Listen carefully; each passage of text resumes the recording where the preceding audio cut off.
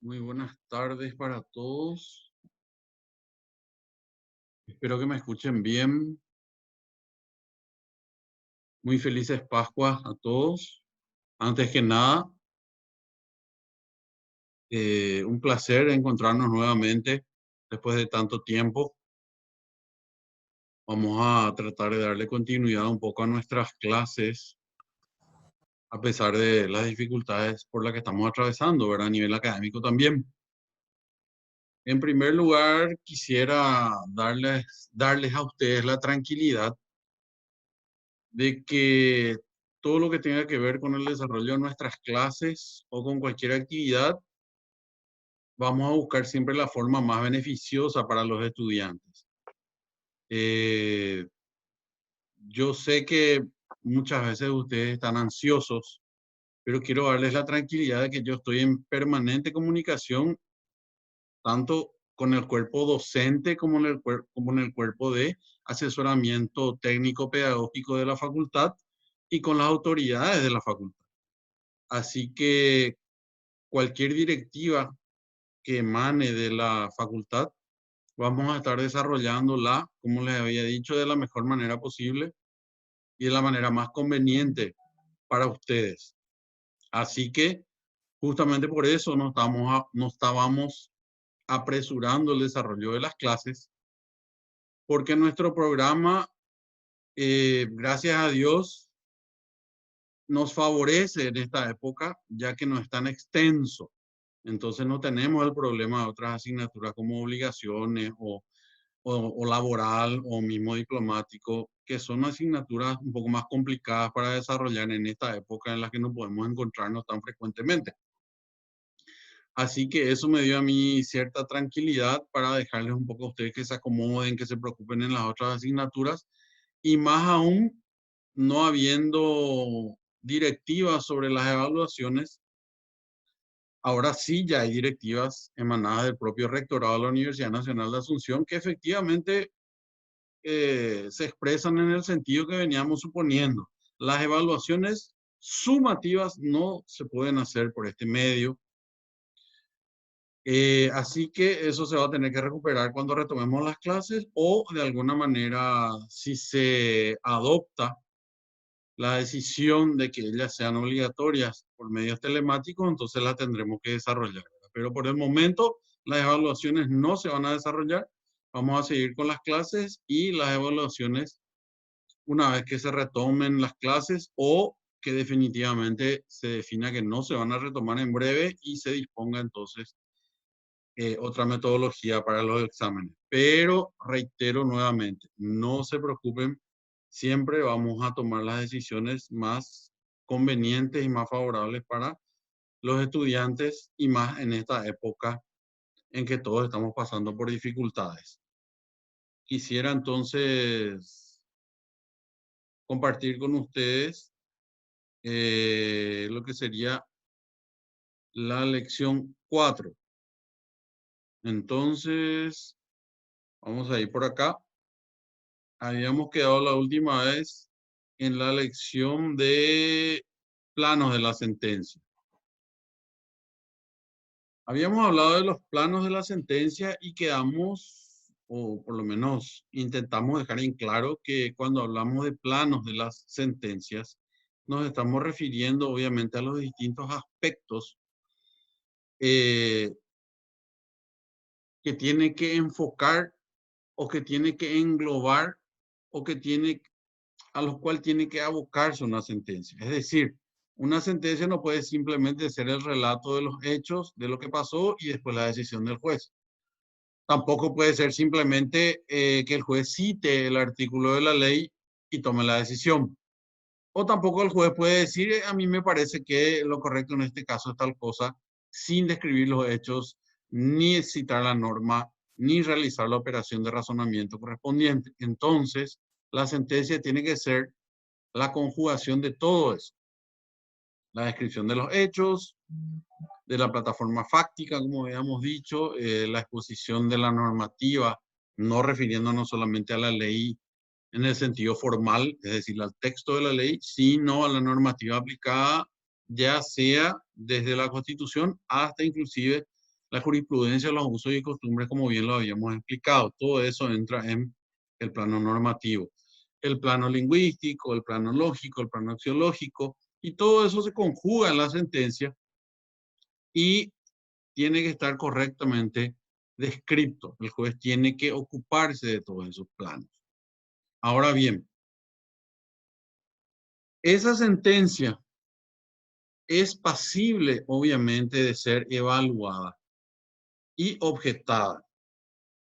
Al ser evaluada y al ser objetada y evaluada, obviamente, por un tribunal superior, esa sentencia puede ser confirmada, revocada o modificada. Y al ser objetada esa sentencia, puede serlo en cualquiera de esos planos que habíamos señalado. Y para ello, como habíamos explicado desde el primer día de clases, para ello en talleres de jurisprudencia tratamos de estudiar la estructura de la sentencia, cómo se desarrolla la sentencia, de qué consta la sentencia y cuál es el modo correcto en que la misma se lleve a cabo. Y cómo en este caso se controla eso. Por eso es que vemos los controles.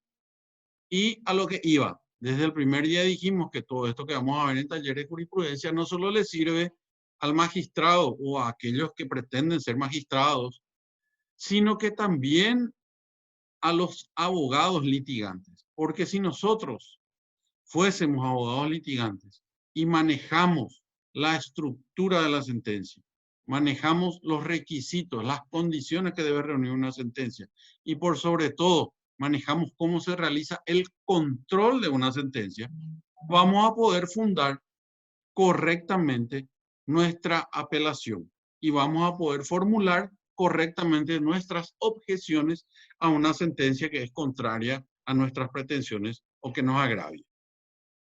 Entonces, por ello, vamos a estudiar lo que son los controles. Estos controles, en sentido formal, en sentido legal, en sentido vinculante, siempre lo realizan los órganos superiores.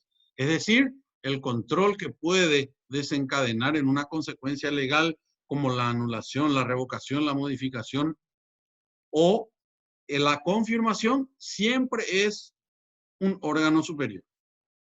Pero el control desde el punto de vista doctrinario, científico o técnico profesional lo puede hacer cualquiera. Solamente que no va a tener consecuencias legales, pero sí puede hacerlo para fundar. Y tal es así que entonces entendemos por control que significa justamente la comprobación, la inspección, la fiscalización o la intervención de algo. En nuestro caso es de la sentencia. Y así como la sentencia tenía 5 planos, tenemos 3 clases de controles, que son el control normativo o de normatividad, el control de veracidad o realidad y el control de logicidad o el control lógico. Entonces, a diferencia de los planos que son 5, los controles son 3. Y vamos a ir desarrollando un poco rápidamente y un poco brevemente para tener una idea de lo que son los controles. Nuevamente tenemos ahí lo que es el control, comprobación, inspección o intervención. Y para empezar a estudiar lo que son los controles, vamos a ver 2 conceptos que tenemos que tener en cuenta siempre, que son los conceptos de congruencia, que no es otra cosa sino que la conformidad de expresión, concepto y alcance entre el fallo y las pretensiones de las partes formuladas en juicio.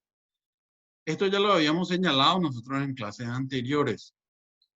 La importancia de la demanda, la importancia de la contestación y la importancia de las pruebas, inclusive. ¿Por qué habíamos dicho eso?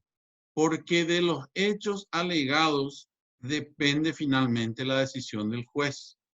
El juez no puede apartarse de las pretensiones de las partes. Entonces, la congruencia significa eso.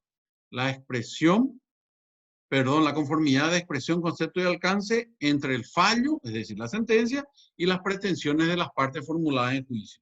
¿Dónde se formulan esas pretensiones? Ya habíamos visto que era en la demanda y en la contestación, o en la reconvención y la contestación en su caso. Pero siempre con esos actos procesales de demanda y contestación se establecen las pretensiones de las partes. Se traba la litis, como habíamos dicho en clase. El concepto opuesto, obviamente, es la incongruencia, y una sentencia incongruente justifica la nulidad del mismo. Que hay una lección que se ocupa especialmente de la nulidad. Así que no vamos a extendernos en eso ahora, pero una sentencia incongruente, es decir, una sentencia que se aparte de las pretensiones de las partes, es pasible de ser anulada. Vamos entonces por el primero de los controles, en orden de desarrollo, no por ser el más importante, pero tenemos así el control de normatividad. El control de normatividad resulta en la apreciación crítica de la aplicación e interpretación suficiente y válida de preceptos normativos, doctrina, jurisprudencia y otras fuentes. Y en otras fuentes entra lo que habíamos dicho, la costumbre, por ejemplo, cuando la ley se refiere a ella, y tal y como la ley lo permita, en que se funda la decisión del caso y que descartan la sola voluntad del juez. Entonces, el control de normatividad es el análisis, por decirlo de otra manera, crítico que se debe realizar sobre la aplicación y la interpretación suficiente y válida. Estos términos son claves, porque la aplicación y la interpretación debe ser suficiente y debe ser válida. De preceptos normativos, doctrina, jurisprudencia y otras fuentes, se entiende que realizó el juez al emitir el fallo.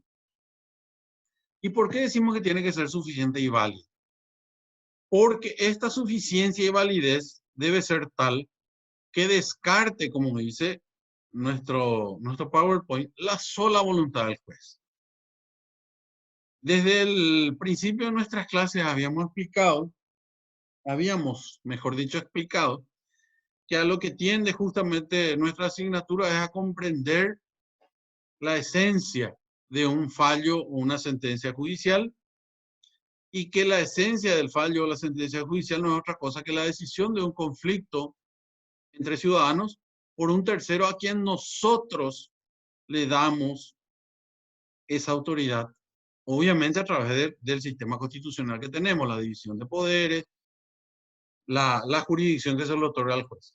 Pero esa jurisdicción el juez no la aplica de manera omnipotente y mucho menos arbitraria. Esa autoridad, el juez como funcionario público la debe aplicar con responsabilidad y por sobre todo en base al principio de legalidad. Y el principio de legalidad dice que esa función el juez la debe desempeñar conforme a los requisitos que la ley le exige. Y la ley le exige al juez fundar sus sentencias en la Constitución y en la ley. Entonces el juez no puede resolver una cuestión o un conflicto con su sola voluntad. Eso yo creo que lo habíamos explicado acabadamente en clase, y el control de normatividad no hace otra cosa que verificar de manera crítica esa aplicación de las normas por parte del juez.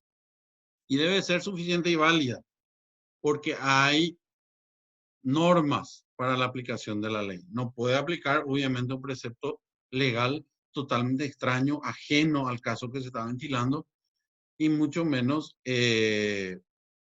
dejar de aplicar la ley. Entonces, el control de normatividad lo que aprecia críticamente es eso. Pero puntualmente el control normativo puede verificar tres cuestiones importantísimas. Es decir, cuando yo realizo esa apreciación crítica de la aplicación de la norma por parte del juez, y si esta fue suficiente o válida, tengo que verificar tres cuestiones. Una es la prescindencia del precepto normativo, es decir, si el juez prescindió de un precepto normativo específicamente establecido para el caso que está estudiando. Por ejemplo, está estudiando un desalojo y deja de aplicar en la fundamentación normativa de su sentencia el artículo que define o que justifica el desalojo. Ese ejemplo es obviamente un poco obvio, pero es para que se entienda. Cuando prescinde de un precepto normativo que evidentemente el juez tenía que aplicar, entonces el control normativo verifica que esa es una falencia. Puede verificarse también la errónea interpretación o aplicación. Cuando el precepto normativo no es claro, el juez tiene que realizar lo que se llama la interpretación.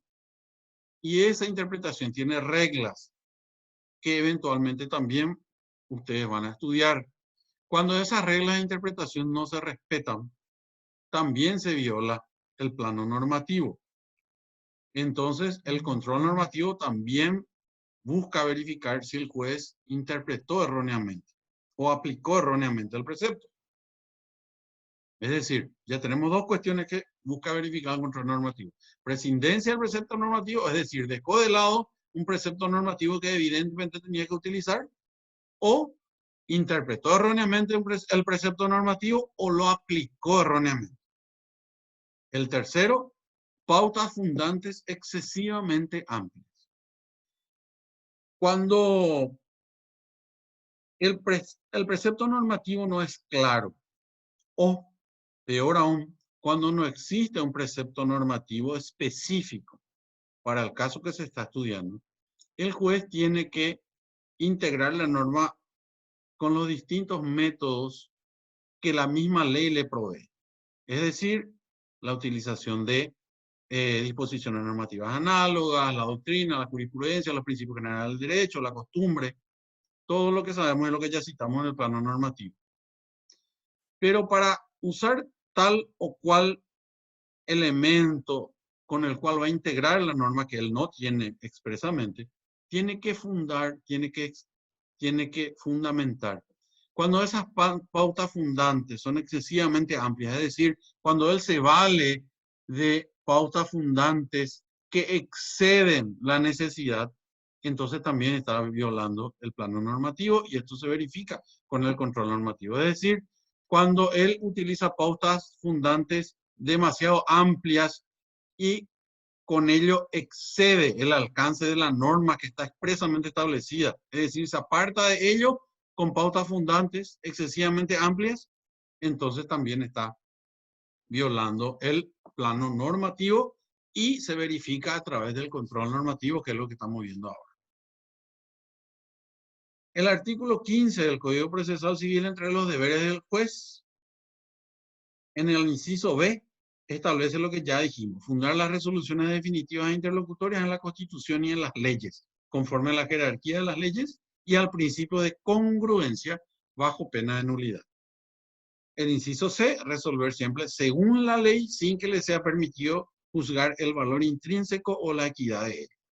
En estos dos incisos del artículo 15 se establecen los deberes que tiene el juez con respecto a la fundamentación en derecho, es decir, en la norma.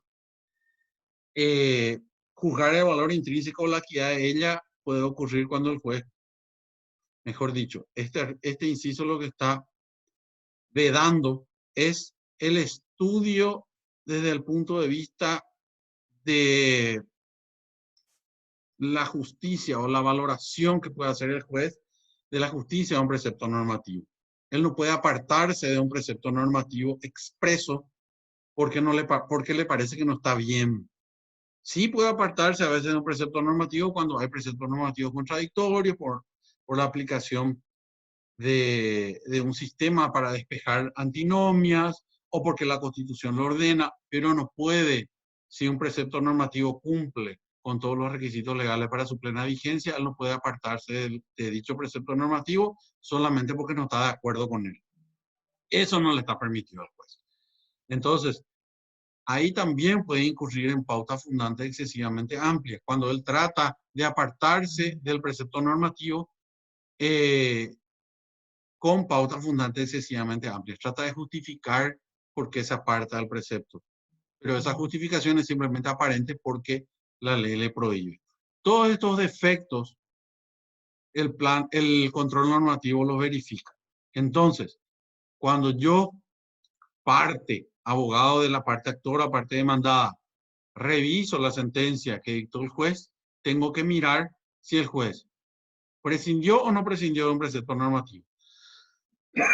Si interpretó correctamente o aplicó correctamente el precepto normativo que finalmente aplicó.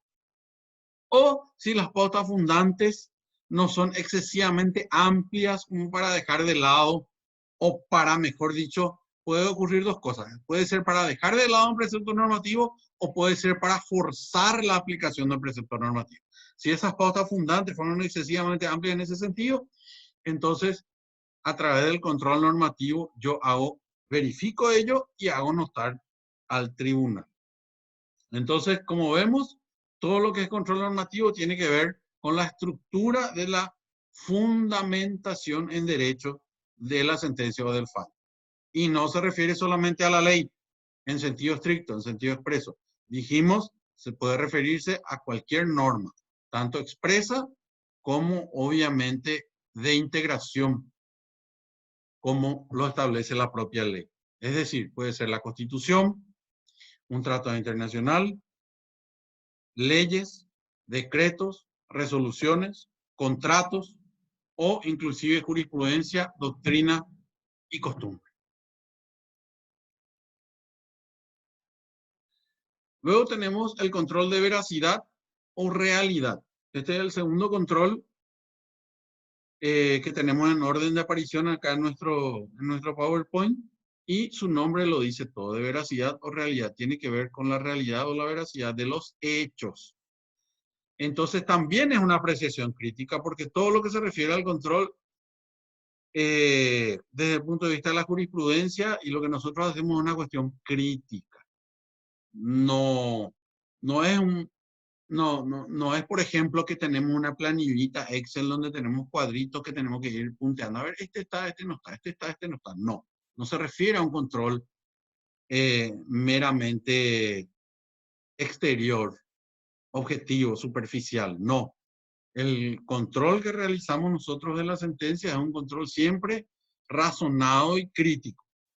Y en este caso, la apreciación crítica es sobre los hechos alegados y probados. Eso ya dijimos nosotros claramente en clase, los hechos no probados carecen de relevancia.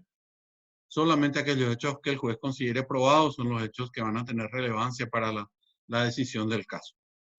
Y su concordancia con la plataforma fáctica considerada por el juez en la sentencia. Es decir, lo que apreciamos críticamente es cuando el juez dicta su sentencia y nosotros la leemos, verificamos si, según nosotros, los hechos alegados y probados concuerdan con la plataforma fáctica, es decir, con los hechos que el juez consideró probados y definitorios para su decisión.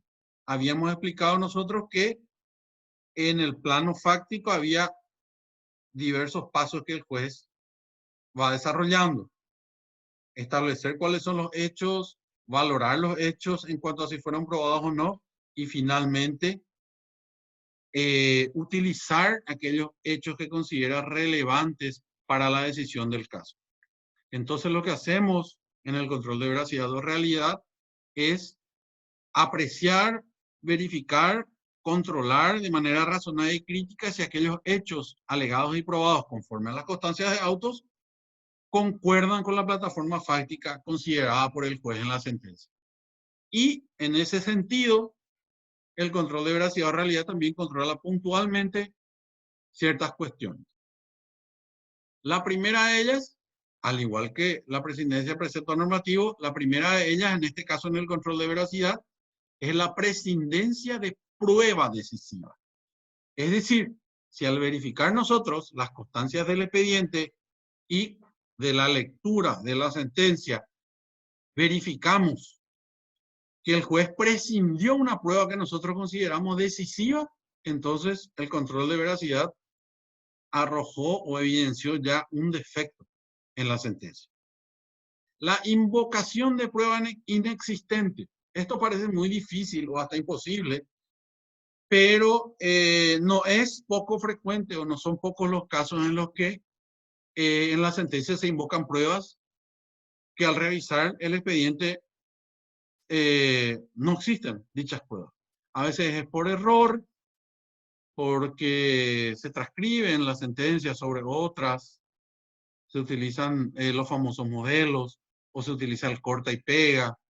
Esas son a veces, esos son inconvenientes que la tecnología a veces nos acarrea por falta de atención. Entonces, hay ocasiones en que el juez puede invocar una prueba, pero nosotros al revisar la constancia o al revisar el expediente, no encontramos esa prueba. No existe. Entonces, el control de veracidad arrojó otro defecto en la sentencia. Y también verifica la contradicción con otras constancias de la causa. Por ejemplo, el juez en su plataforma fáctica consideró, para tomar su decisión, consideró probado un hecho y por ende ese hecho lo consideró a la vez trascendente para la decisión del caso o conducente para la decisión del caso. Entonces, nosotros al verificar las constancias del expediente vemos que no es así. Por ejemplo, el juez dice, el demandado reconoció que no tenía las luces encendidas. Por ejemplo, en un caso de indemnización de daño y perjuicio. Y el juez dice, el demandado reconoció que cruzó el semáforo en rojo. Y nosotros vemos que en la contestación de la demanda, que es una constancia del expediente, el demandado negó expresamente haber cruzado en rojo. Revisamos la absolución de posiciones, que es otra constancia del expediente, es decir, la declaración de la absolución de posiciones del demandado, y en dicha absolución de posiciones el demandado también negó expresamente haber cruzado en rojo. Entonces ahí tenemos una contradicción con otra constancia de la causa. Es decir, el juez se contradice con constancias de la causa. El control de veracidad ahí nos arrojó otro defecto en la sentencia. Entonces, tenemos que el control de veracidad verifica prescindencia de prueba decisiva, invocación de prueba inexistente, o la contradicción con otras constancias de la causa. Siempre, obviamente, partiendo del concepto del que dijimos. Todo esto en relación de los hechos alegados y probados con la plataforma fáctica que el juez utiliza en su sentencia. Es decir, los hechos en los cuales fundó su sentencia. El artículo 269 del Código Procesal Civil en ese sentido nos habla de la apreciación de la prueba y dice que el juez deberá examinar y valorar en la sentencia todas las pruebas producidas que sean esenciales y decisivas para el fallo de la causa. No están obligados a hacerlo respecto a aquellas que no lo fueron. ¿Por qué es importante este artículo? ¿Por qué estamos citando este artículo? ¿Y por qué es importante el control de veracidad? Porque este artículo, así como estamos viendo, autoriza al juez a que solamente examine y valore en la sentencia todas las pruebas que sean esenciales y decisivas. Entonces, nosotros al revisar la sentencia podemos considerar que él dejó de lado una prueba decisiva. No valoró una prueba porque tal vez él no la consideró decisiva, pero nosotros consideramos que sí es decisiva. Entonces ahí tenemos el punto 1 de nuestro control de veracidad, prescindencia de prueba decisiva.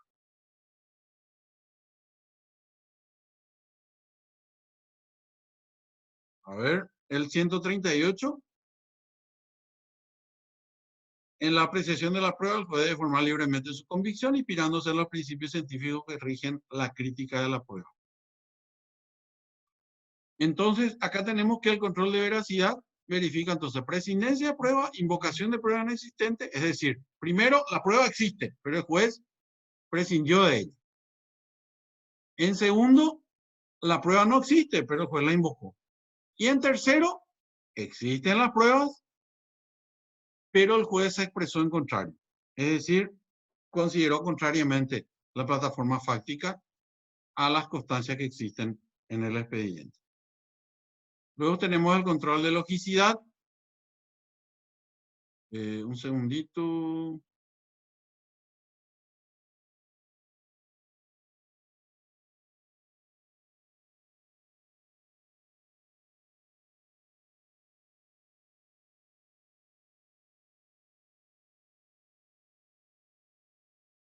Control de logicidad es el que se realiza para conocer si un razonamiento es lógicamente correcto o no. Busca establecer el rigor en la derivación de las conclusiones, el hilo conductor. Apreciación crítica de la concatenación. Estos son distintos pequeños conceptos de lo que es el control de logicidad que yo les estoy poniendo acá para que ustedes después puedan leer y ver. Esto es cuando se le, para una eventual pregunta de examen para que ustedes puedan identificar. Entonces tenemos que esto es la apreciación crítica de la concatenación y la congruencia razonada entre el plano normativo, el plano axiológico, con la plataforma fáctica planteada y probada.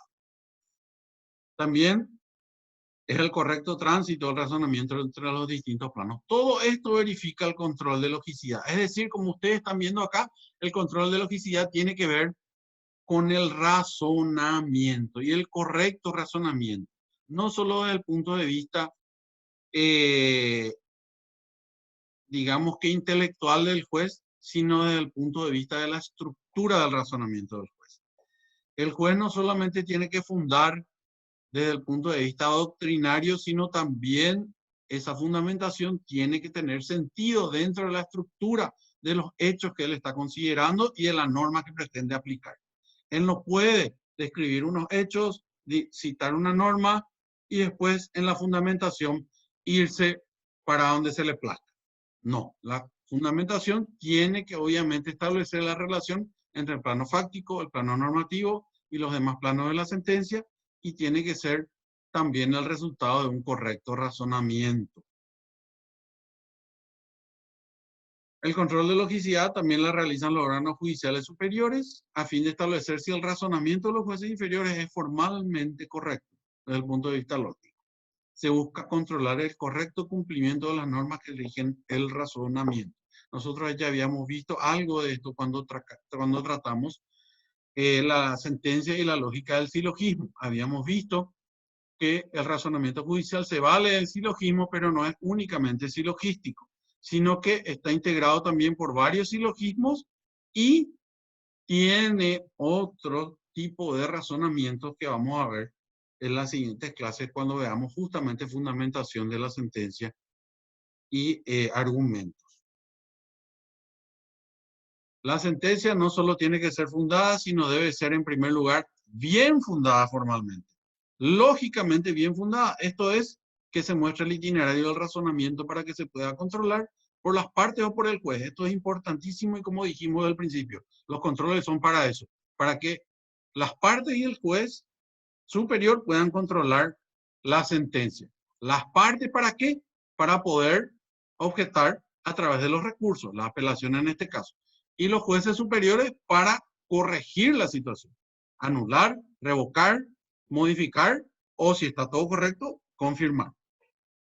Entonces, si el razonamiento ha sido correcto y ha observado las leyes del pensar, es decir, todas las reglas fundamentales que la ciencia de la lógica ha puesto de manifiesto desde la época de Aristóteles. Esto no lo digo yo, lo dice Olsen Girardi en, obviamente, la lógica del proceso judicial. Creo que yo tengo este libro en formato digital, así que voy a tratar de compartir con ustedes. Vamos a habilitar seguramente un Classroom o algo donde les voy a pasar los materiales, las diapositivas de las lecciones que estuvimos desarrollando. Vamos a dejar hoy hasta aquí porque después quiero concatenar la lección de fundamentación con ya la lección de argumentación. Entonces, eso es lo que vamos a desarrollar hasta hoy. Como les dije, les voy a estar pasando las diapositivas seguramente. Yo les había dicho a las delegadas que tenía que corregir algunos puntos que habíamos visto cuando desarrollamos en clase que no estaban tan acorde con el programa o con lo que desarrollamos en clase. Entonces, corregir esos pequeños detalles para luego cargarle las diapositivas, así como los materiales, como los textos en la plataforma que vamos a utilizar. Entonces ahí seguramente les voy a estar pasando el libro de Olsen Girardi, creo que tenía también el de Frondizi y algún que otro material en digital que tengo que les va a servir mucho y especialmente en esta época los que pueden quedarse en sus casas y para no aburrirse tanto, para que podamos leer y cultivarnos un poco, ¿verdad?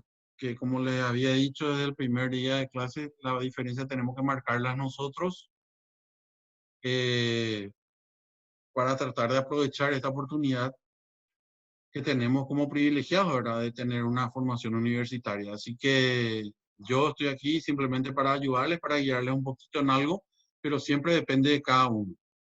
Así que nos encontraremos seguramente el próximo lunes. Cualquier consulta que tengan, yo les había dejado mi correo electrónico, lo hacen a través de las delegadas. Y ni bien tenga establecido establecida la plataforma para pasarle todos los materiales, le vamos a estar haciendo saber también a través de las delegadas. Les agradezco mucho que se hayan conectado y ahora, post Pascua, entonces vamos a retomar seguramente ya nuestras clases de todos los lunes y vamos a estar atentos a cualquier directiva de la facultad para cumplir con las exigencias y con cualquier requisito académico que nos exija. Muchas gracias, entonces vamos a dejar hasta aquí por hoy y si tienen alguna duda también vayan anotando, me envían por correo o hacen llegar a través de la delegada o en el Classroom vamos a habilitar una sección para hacer consultas, entonces para poder intercambiar ahí opiniones y para que podamos evacuar todas las dudas que tengamos con respecto a la materia. Nos vemos entonces en principio el próximo lunes. Gracias por todo.